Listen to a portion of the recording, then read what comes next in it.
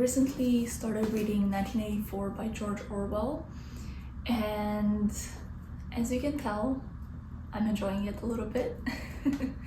I read only up until part 1 so far, so I thought I would document my experience reading the book, sharing my thoughts, and just kind of going through this journey with you.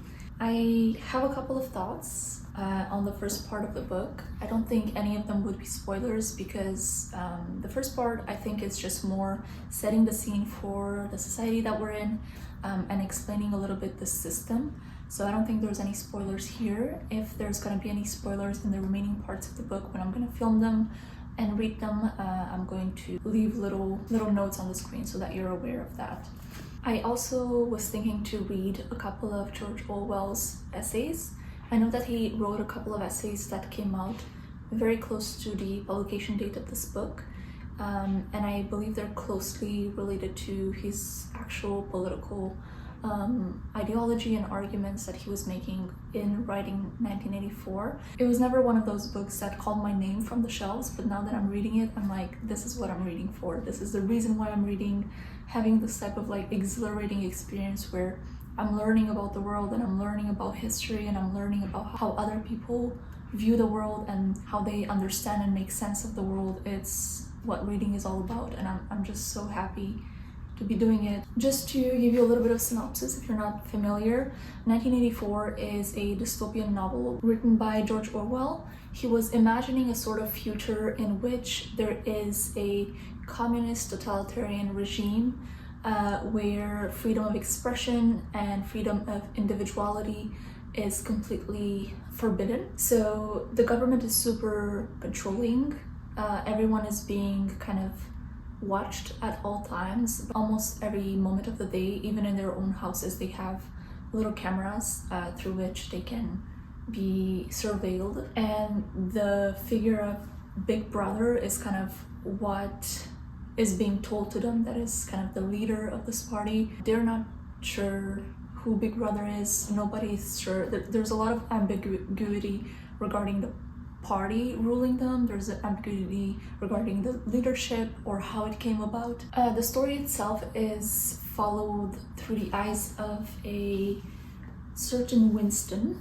He works for the Ministry of Truth. I forgot the branch in which he works, but he essentially works for the government, and his work is very interesting from the perspective of the reader because he has a very unique point of view into certain elements of the government that other people maybe don't, because he works for them. And I'm going to talk a bit about that when I discuss the themes in this book. So let's go through that now. I have 3 little themes that I've jotted down that I picked up on in the first part of the book that I want to discuss that I think are super interesting. So I'm going to go through them and then I'm going to leave what I think is the best for last. So I'll start with the theme of educating the people.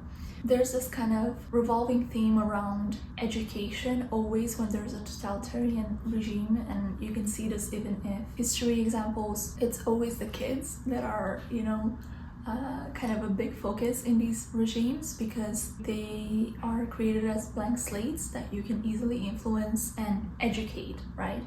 It hasn't been explored as much in the first part of the book, so I'm hoping to see that develop more.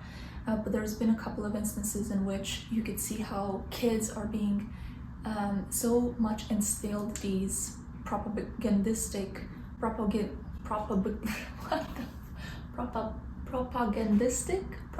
well, there's so much propaganda that these kids are being fed to the point where it kind of becomes a game to them. It's interesting that the party also takes this educational tone even with the adults. So there's this passage where Winston, working for the government, he has to write up a story from the perspective of the Big Brother, from the perspective of the party, but he's the one writing it. And he is describing the tone in which he is expected to perform and write the story, which is a style at once military and pedantic, and because of a trick of asking questions and then promptly answering them. And here's how he phrases this. So in the story, it would be written, "What lessons do we learn from this fact, comrades? The lesson, which is also one of the fundamental principles of INCSOC, which is the party itself." And then it goes on and on. It reminds me a lot of how teachers talk to kids in school. So kids, we read the story, what did we learn from it? What is the morale of the story? And then they go on and they say the morale. It's this kind of like very much education, educating people, or like taking the tone of, oh, I'm going to teach you how to speak or how to think, or I'm going to teach you what is the appropriate way to see this story that I've just told you. And I'm moving on to another theme, facts. Facts and knowledge. First of all, what is knowledge in this world? What are facts? How do facts come into existence? Do they even exist? Because the government wants to control everything. They have to make sure that all the facts align with everything that they were putting forward, but this cannot always happen, and so there's this constant refabrication of the past and what's been written in the past, historical documents. There's a constant reimagining of the past and correction of the past. One of their logos of the party is, who controls the present controls the past. And that's because they continuously rewrite people. They write out people who they kill off because they are not loyal to the party, or they've said the wrong thing, or simply they are suspected to have thoughts. They're said to be vaporized. It's not clear whether vaporized means just killed or thrown into prison or what happens to them exactly, but they're essentially taken out of existence. In any past documentation, anywhere that they might have existed in the past is completely destroyed, and so they don't exist aside from the memory of the people who have known them, and those people are expected to also act as if they've never existed. And of course, Winston has this amazing perspective on this because he actually works for the government, and his job is to rework these documents that have incorrect information in them. Everything is so meta and so kind of vague and ambiguous and on the surface that even the people working for the government are not allowed to state explicitly what is happening. The job of Winston itself cannot be described explicitly. So for example, even the written instructions which Winston received and which he invariably got rid of as soon as he had dealt with them never stated or implied that an act of forgery was to be committed. Always the reference was to slips, errors, misprints, or misquotations which it was necessary to put right in the interest of accuracy. And so by this, people are literally erased from existence, but also people are created out of pure nothingness. They are created into the past. So there's this example where Winston has to write a story of this comrade Ojibwe, who is kind of seen as this hero for the party, who's lived all his life living according to the party's ideals and is being celebrated. But of course, this person never even existed. It's just propaganda for the government itself. And so there's literal creation and erasure of anything that is reality. It's just this pure bullshit. Like, reality is so malleable, and there's nothing that exists in the society that you can tell whether it's real or it's not. And of course, because of this, there's this kind of dread, constant dread of reconciling your past memories, your understanding of the past with everything that you see around you, with everything on text that you see. If you want to consult a text that you've consulted last week, but now it's written differently, and you start to question yourself, am I going crazy, or like, what is happening? So you kind of cannot trust your own instincts anymore. You cannot trust your own memories and your own thoughts anymore. It might be true that the average human being was better off now than he had been before the revolution. The only evidence to the contrary was the mute protest in our own bones, the instinctive feeling that the conditions you lived in were intolerable, and that at some point in time they must have been different. Okay, and now I want to talk about my favorite theme in this book. I think this is so freaking interesting. I didn't even know this was like a huge theme in this book when I picked it up. And the reason why this is so up my alley is because it's language, and I'm actually in real life, I'm an applied linguist. I do research in applied linguistics, and so for me this is like, I'm already thinking about language every day, and so having language explored in such a complex way in a book is so interesting to me to read about and to think about. I feel like a lot of people view language as a tool of expression and a tool of communication, and that's very much what it is, of course, is a tool for us to bring forward the thoughts, right? Our intellectuality, our rationality, what we think. But I think it's so much more than that, and I think Orwell describes it so perfectly in this book, so I'm gonna get into that. I'm so excited about this. So language in this story, to the extent of which I could tell at this point in the book, has really two purposes. The first purpose is a psychological, emotional, therapeutic purpose. I don't have any formal education in psychology, so I don't know if this is true, but my instincts tell me that he's exhibiting some signs of like trauma from the past, trauma from before the revolution, or trauma brought upon because of the revolution. And in places he's really vague with his memories of the past, and this could be because he was little, but I have a feeling it's also maybe related to the fact that being instilled in such a totalitarian regime for such a long time, it just kind of scares the shit out of you to the point where you want to erase the past, you want to erase everything you know that should not be said and should not be thought. And so he starts to write a diary at the beginning of this book. This is how the book starts. He starts writing, and of course writing is prohibited. You cannot write any thoughts out.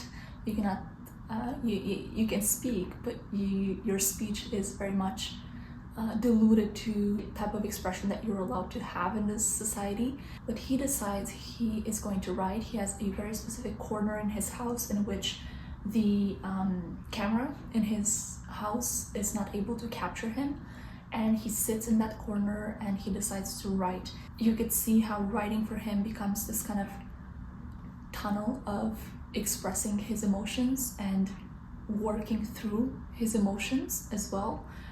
So it kind of like helps him to find himself again, to explore his emotions, explore his past memories in a sense. And there's a couple of passages here where it kind of shows the extent to which his emotions are intensified in the moments in which he's doing the act of writing itself. I think this is the first chapter of the book. For a moment he was seized by the kind of hysteria. He began writing in a hurried and tidy scrawl.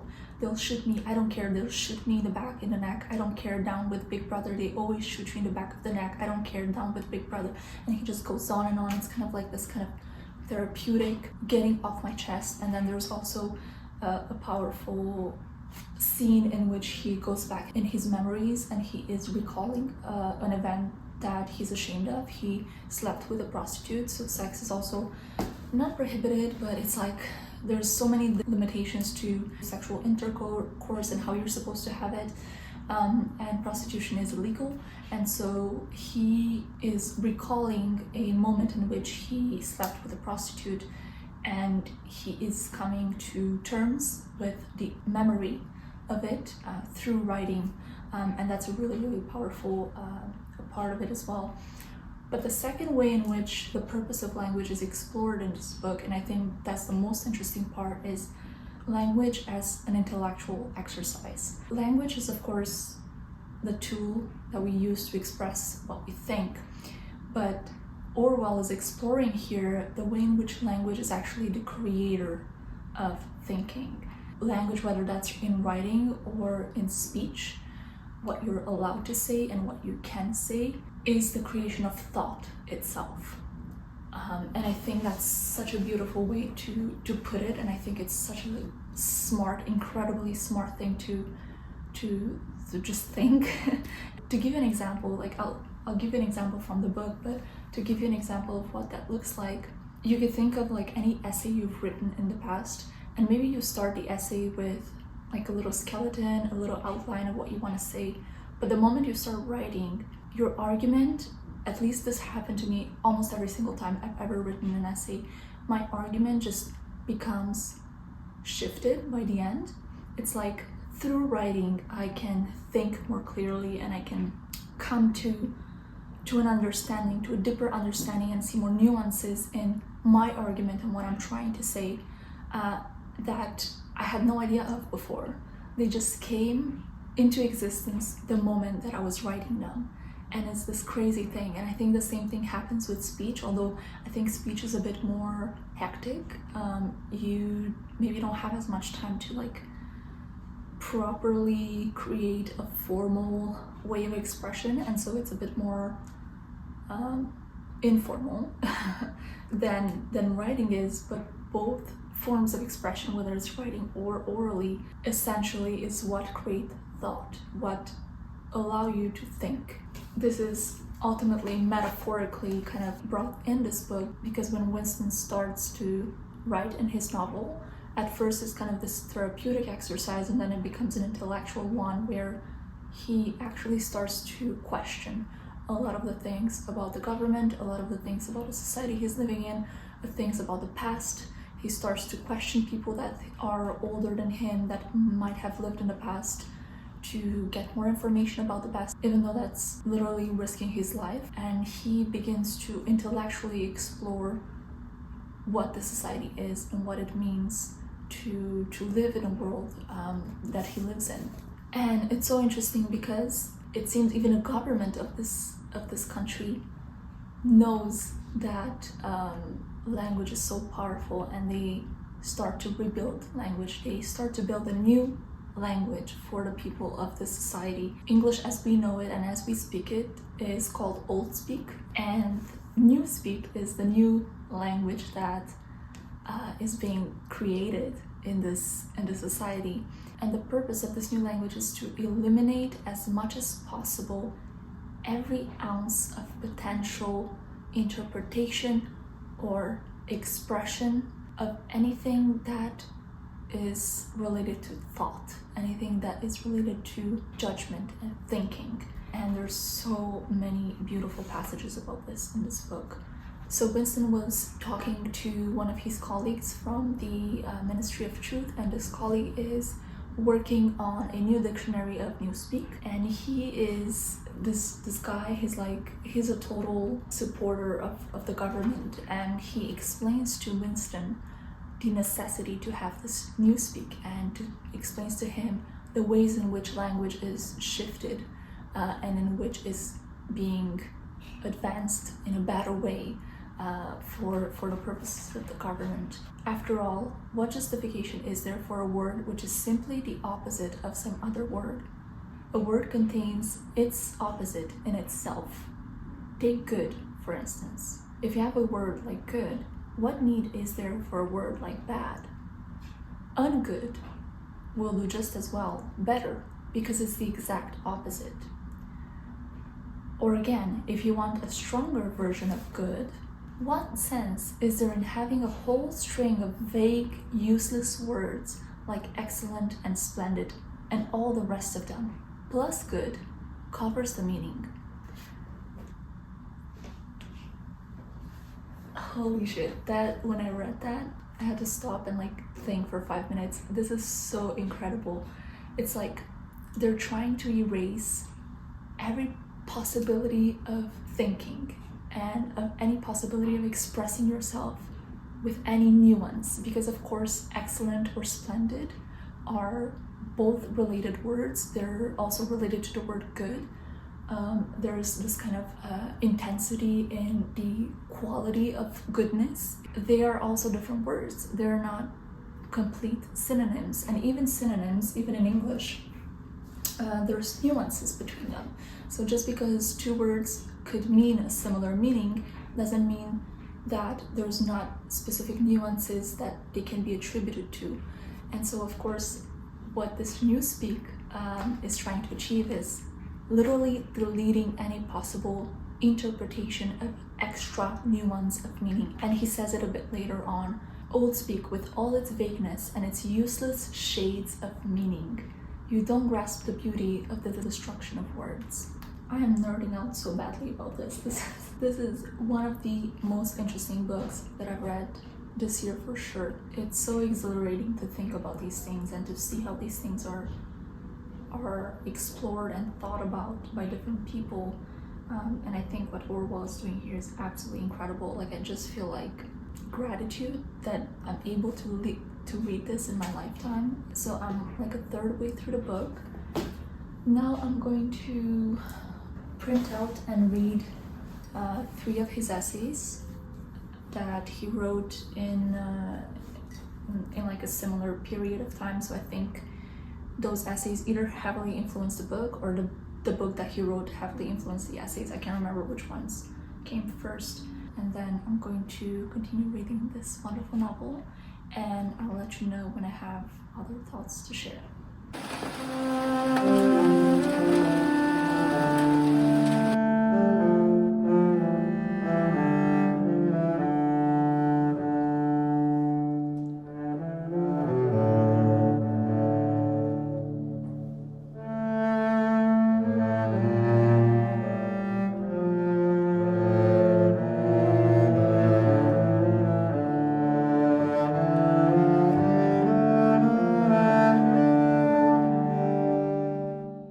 Hello, welcome back. It's been about a week since I filmed the other portion of the video, and I officially finished the book now.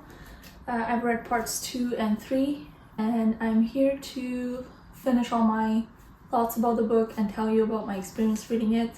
So last time we spoke, I predominantly focused on part 1 of the story. Part 2 and 3 are definitely much more plot-based. So in part 1, as I said before, we're really just focusing on kind of setting the tone, the background, understanding a little bit of society. In part 2 and 3, the actual plot of the story is moving forward. I decided I'm not going to talk about part 3 at all in this video because part 3 is essentially the end of the novel. It's so good, I just don't want to spoil it for anybody. It's really good, but it's also, I think, not the most important part of the book. I think we could have a very productive conversation about the book and the ideas here without necessarily going to the end of the book, although the end is also very telling and there's a lot to unpack there. But I'll let you discover that on your own. It's a wonderful ending. I think it's really, really well done. And the ending really kind of showcases a lot the psychological nature of the novel. I didn't know going into this that this was going to be psychological at all. And I think this is a psychological novel, like maybe not in its primary role, but secondary role for sure. So I don't think that me discussing part 2 would be much of a spoiler of this book. The spoiler, I would say it's mostly towards the end and what happens in the end. But I mean, definitely if you don't want to know what happens in the story at all, then maybe stop listening here. So as I said, part 2, we really start to get things going. Winston starts to meet different people, but also in part 2 it gets a bit more philosophical. In part 1 I feel like we get what happens in the society, but we don't yet understand all of the reasons behind certain things, and these are kind of discovered and unpacked in part 2. So the big kind of thing that happens in part 2 is that Winston starts a relationship with a woman. They fall in love and they have a relationship that has to be essentially hidden and private because the party doesn't want any two people who are actually attracted to each other or actually love each other get married and have a relationship. And so we already know that the party doesn't like this from part 1, but we don't know why that is the case exactly.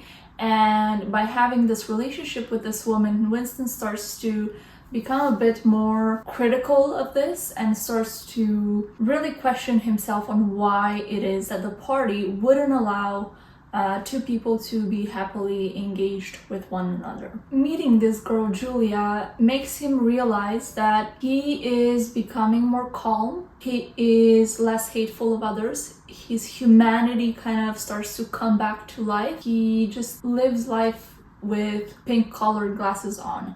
And from there, he starts to realize the real reason why the party isn't actually allowing people to have such relationships. And that's essentially because having calm, loving citizens, it's everything the party wants to avoid.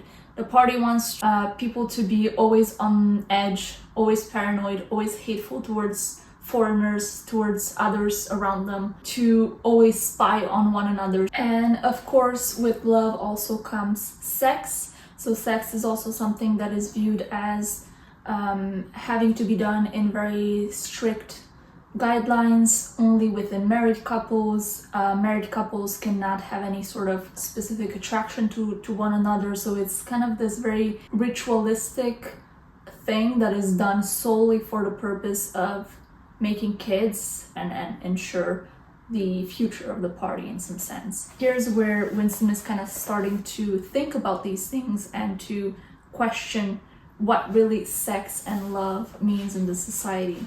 It was not merely that the sex instinct created a world of its own which was outside of the party's controls and which therefore had to be destroyed if possible. What was more important was that sexual privation induced hysteria, which was desirable because it could be transformed into war fever and leader worship. So essentially, making sure that people don't get together and don't have sex is a way for them to keep people feeling miserable at all times and just full of hatred. When Winston meets Julia, you could see him start to reconnect with his emotions, and this process already starts at the beginning of the book, as I mentioned before, with the writing. And now he meets Julia and he starts to really reconnect with his humanity and feel human again, feel empathy towards other people. And you could even see this in the way that the environment, the scenery, the nature is described at the beginning of the book. Can't remember if I mentioned it last time, but at the beginning of the book, the tone is very gray, very kind of heavy on you. There's nothing that is beautiful. Beauty is non-existent at the beginning of the book. And then you move forward in a book when he is with Julia, and the way nature is described is so idyllic, romanticized. Everything is, there's sun around, everything is nice and pretty again. He also starts to go back in his own memories and kind of recall his first understanding of what love is. He hasn't felt love in so long, to the point that it kind of disappeared from his memory, it disappeared from his understanding of the world. At the beginning of the book, he sees this scene. It's a propaganda movie that was showed to a couple people in a party, and he sees a scene in which a mother is kind of sheltering a kid from a bombing. He sees the scene and it just keeps being stuck in his brain and he doesn't know why. And then he revisits this kind of memory mixed with the memory of his own mother, and here he unpacks how the reason that scene was so impactful for him, it was because it was one of the only moments in which he saw affection and love, because it does not exist around him. And so that really kind of put him off guard when he saw that scene, and he kept thinking about it, but he couldn't kind of put it in words. He couldn't realize why he was so obsessed with that scene until later on when he himself feels love with Julia, and he starts to go down memory lane and explore the first time that he felt love from his own mother.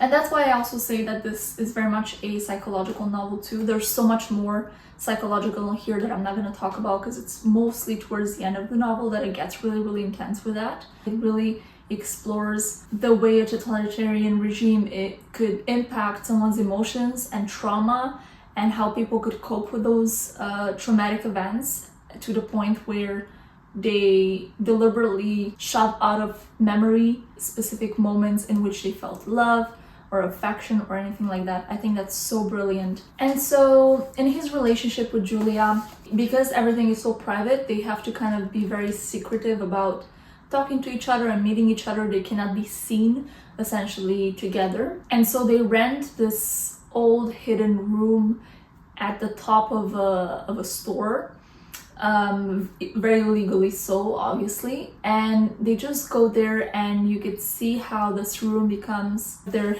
safe haven where they can talk freely, they can be themselves, they can do what they want, they can say what they want, think what they want. And I really love the scenes in which the room was described. It reminded me a lot of Giovanni's Room, if you read that book. Very reminiscent of the same thing.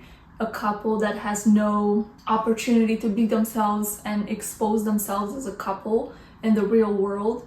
They have their own space in which that could happen, and it's within these four walls in which they can be themselves and be free and just exist in their own right. They can be themselves as a couple, but they can also start to indulge in things that are forbidden in the society. So because it's a socialist society, all the common goods are shared amongst people, and how people do that is that they have rations. So they have a specific amount of bread that they're able to have every day, a specific amount of flour that they can buy, and you cannot have more than that. A lot of the products that you and I can enjoy are not existent in the society. So for example, there's no sugar. The coffee that they have is not real coffee. So you see them kind of in one way or another get their hands on coffee and sugar and make coffee and make sugar, and it's just this experience for them, something that for us is so trivial, for them is such a big deal. And Julia also starts to experiment a little bit with makeup and different clothing. So because this is a very strict society, women are not allowed to wear makeup. The clothes that they wear are all the same clothes. It's essentially the uniform of the party, which is just some overalls. And so she gets her hands on makeup and different clothing, which she can only wear in this room. And you could see how she starts to try to find her own individuality within the four walls of the space. So she says, "I'm going to get a hold of a real woman's frock from somewhere and wear it instead of these bloody trousers. I'll wear silk stockings and high-heeled shoes. In this room, I'm going to be a woman, not a party comrade." Another thing that they're able to do in this room is read. So as I said before, reading, writing, any sort of expression or thought is a no-go. And so he gets his hands on a handbook that is written by what is believed to be the kind of leader of a reform against the government. And I'm going to talk a little bit about what's inside that book, but just the act of reading itself for him is such a big deal, and I really love how he described it. Winston stopped reading, chiefly in order to appreciate the fact that he was reading in comfort and safety. He was alone. No telescreen, no ear at the keyhole, no nervous impulse to glance over his shoulder or to cover the page with his hand. The sweet summer air played against his cheek. From somewhere far away there floated the faint shouts of children. In the room itself there was no sound except the insect voice of the clock. He settled deeper into the armchair and put his feet up on the fender. It was bliss. It was eternity. That's so beautiful. I feel like, I don't know, reading this book makes you appreciate the little trivial things that you feel are given, right? Like reading, having coffee, putting makeup on. It's just things that you can do every day and nobody questions them.